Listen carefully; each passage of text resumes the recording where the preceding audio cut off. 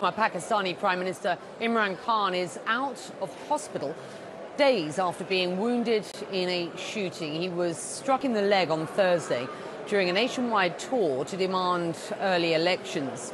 Well, Khan is now calling for an independent inquiry into the apparent assassination attempt, and he again claimed, without providing evidence, that Pakistan's current Prime Minister was one of several officials behind the attack, which also left one person dead and 11 wounded. Well, Khan says he will resume his march towards Islamabad later this week.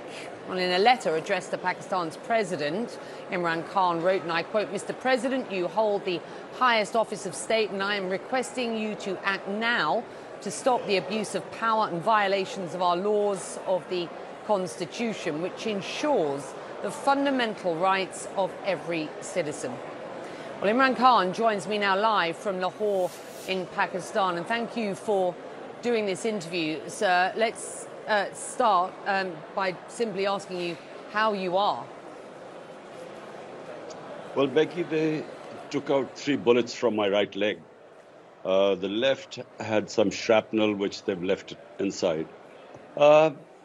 My bone has been damaged, so my leg is in a cast, and maybe it will take me 4 to 6 weeks to resume my normal activity. Well, you've accused Pakistan's current Prime Minister, the Interior Minister, and a senior intelligence official for the attack on your life. These are serious allegations. What's your evidence, sir? Well, Becky, about 2 months ago, this plot was conceived. I went on in public. On 24th of September, I actually announced about this plot. And let me just give you the background. How do I know that what I'm saying and what evidence I have? It started off when I was deposed from government. From then onwards, what was expected was that our party would just fall apart. In fact, what has happened is that those 2 families being again imposed on us, who've been ruling for 30 years, there was a big public backlash. Right. And so rather than my movement or party going down, it has, the party has had such public support. We won 75% of the by-elections since we were out of power. And so all efforts were then to somehow make me run out of the race, to disqualify me. Terrorist, I was accused of terrorism and so on, various charges. I did, with respect, ask you for the evidence behind these allegations, if you will. Becky, and with respect, if people don't know the background, how would they know why this attempt took place? The reason why that they tried everything to somehow get me out of the way. When that didn't happen, this was planned. And 2 months ago, an agency produces this video which accuses me of blasphemy. Then this journalist, Waqar Sethi, who's linked with these agencies, comes up with this another video saying how I had offended the religious sentiments of the people. Then the ruling party information minister, along with the daughter of the former Prime Minister, Maryam Safdar, they then go on television and saying how I have upset the sentiments of the people. It's then that I went on air and said this is a planned thing, because if they assassinated me, the evidence would go on the government. So they made it out that it was a religious fanatic who's going to, who would kill me, and then put it. Let me put this to you. Put my assassination right. What? Imran Khan, your allegations have been aggressively refuted. I have to put this to you. Pakistan's Prime Minister Shehbaz Sharif has condemned the attack on your life, wishing you a speedy recovery on his Twitter. The Interior Minister has rejected your accusations, saying, and I quote, Imran Khan has blamed me, the Prime Minister, and a senior officer. This is such a grievous statement. It happened in the province where Imran Khan's party is in government. And the military has also issued a statement saying, in part, quote, the baseless and irresponsible allegations by Chairman PTI against the institution, and particularly a senior army officer, are absolutely unacceptable and uncalled for.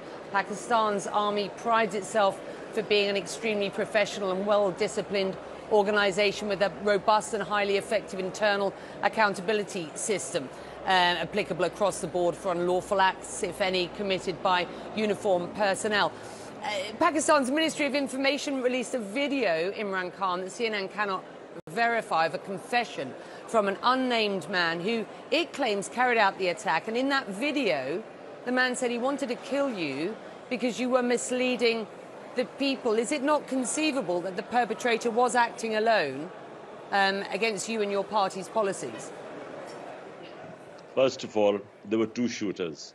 Definitely, maybe another one. There was this guy who fired the first volley, and I fell, and other people fell because it hit our legs.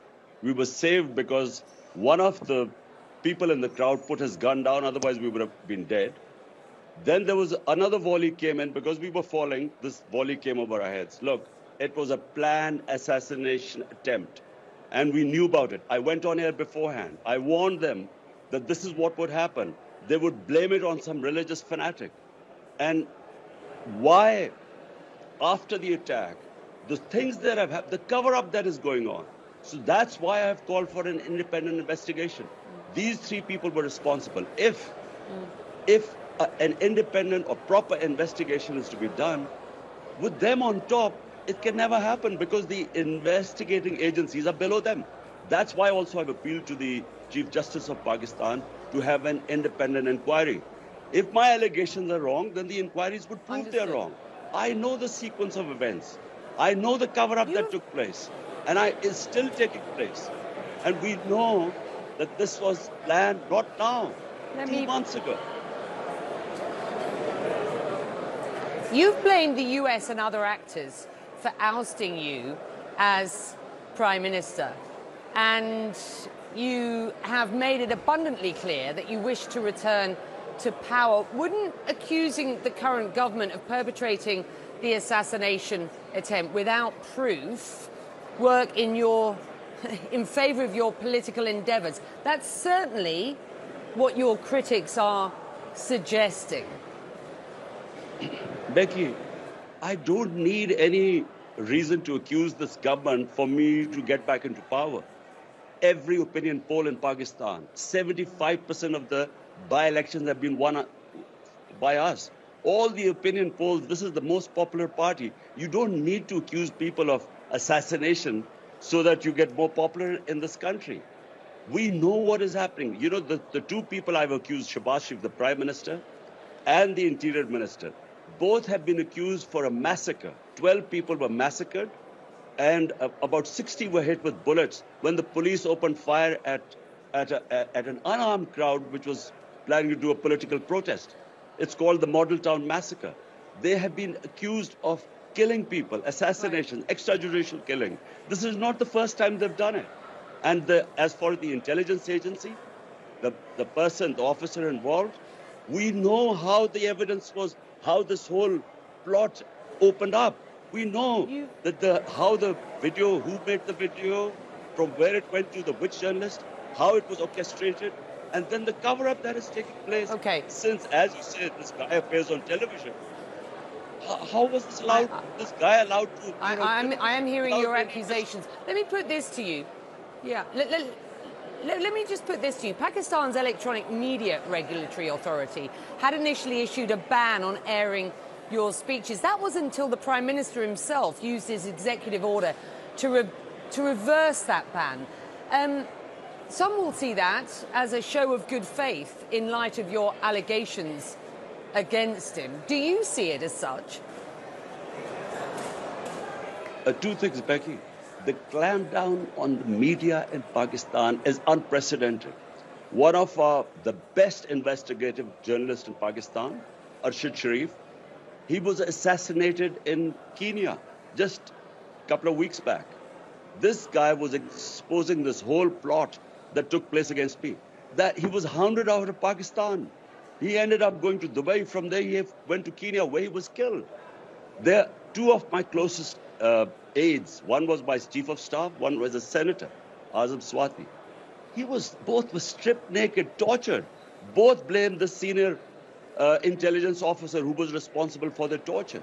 So look, the clampdown that has taken place on media is unprecedented in Pakistan. So for him to suddenly say that, they will lift the ban on me, it would not have withstood in any court of law. On what basis would they ban me? And by the way, how come as a person who was about to be assassinated, how come I cannot name those people who I'm suspicious about who planned this attempt on me? You continue to call this an assassination attempt, and you say you had evidence that this was going to happen beforehand, and you say now that you want an independent investigation. I just do wonder what information you were given and from whom to support those allegations. So number one, Becky, on 24th of September, there is my public speech where I exactly, as the events unfolded, they are in that speech, how this would happen, how religious, in the name of blasphemy, a religious fanatic would kill me and then they would blame it on him. All this is in my speech, which I put on television, it's on social media. Secondly, remember 3.5 years I was in power. I have connections with intelligence agencies, the different agencies that operate. How did I get the information? From within the intelligence agencies. Why? Because most people are appalled by what is going on in this country. What is happening in Pakistan is unprecedented. I was in General Musharraf's martial law. I was put in jail during his time. Never did we... The sort of oppression that is going on right now in Pakistan never happened even in Musharraf's martial law. All right. Imran Khan, we've run out of time. I thank you for joining us. The point of view of the former Prime Minister, and listen, so we do wish you a speedy